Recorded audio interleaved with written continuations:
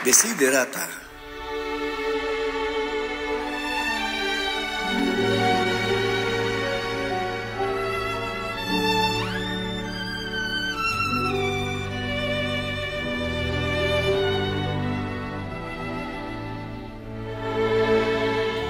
Humayong payapa sa gitna ng ingay at kaabalahan, at alalahanin ang kapayapaan sa katahimikan.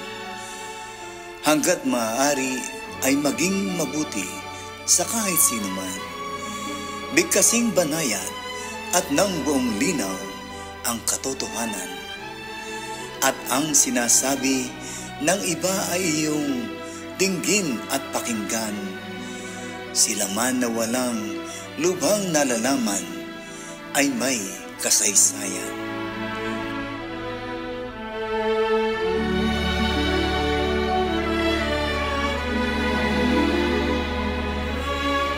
Umiwas sa mga taong mapamilit at lubhang mapuso. Sila sa kaluluwa ay pawang ligalig ang idinudulot. Kung ang sarili mo'y ihahalin tulad sa iba ng lubos, magiging palalo at maninibugho ang sariling loob. Sapagkat lagi nang mayroong lilitaw at mayroong sisipot, na sa iyo'y lalong dakila o lalong hamak at busabos.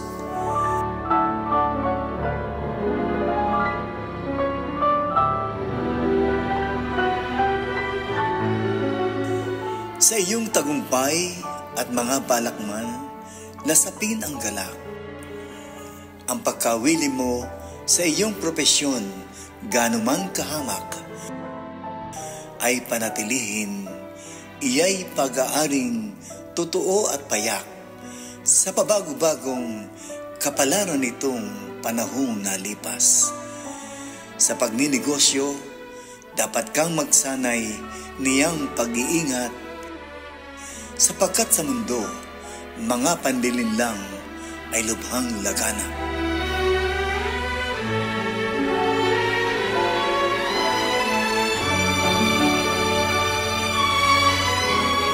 Ngunit ito'y hindi, sa iyo ay dapat bumulag tuluyan ng kung ano na nga ang meron ditong mga katangian. Sapagkat maraming nangagpupumilit para lang makamtan yaong simulaing matayog na sadya, at saka ang buhay ay lipos na lipos ng kabayanihan, ika'y maging ikaw. Masigit sa lahat, huwag pagkunwarian ang gawang magmahal.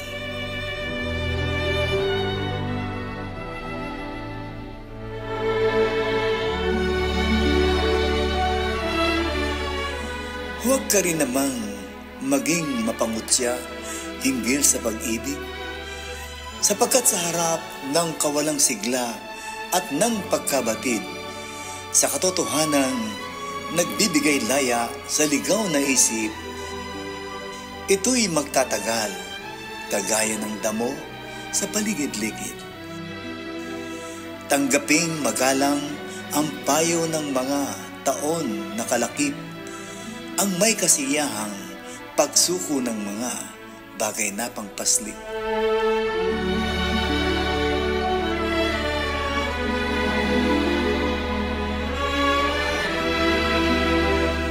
Mag-ipon ng lakas ng iyong espiritong maisasanggalang sakaling sumapit ng bigla sa buhay ang kapahamakan.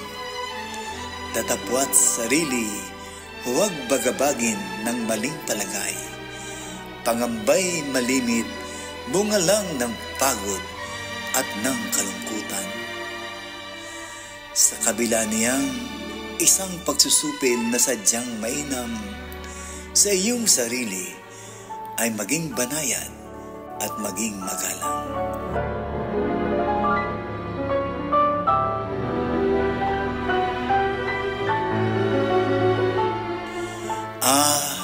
Ikaw ay supling nitong sang sinukob na hindi hihigit. Sa puno at bituin, may katuturan ka dito sa daigdig.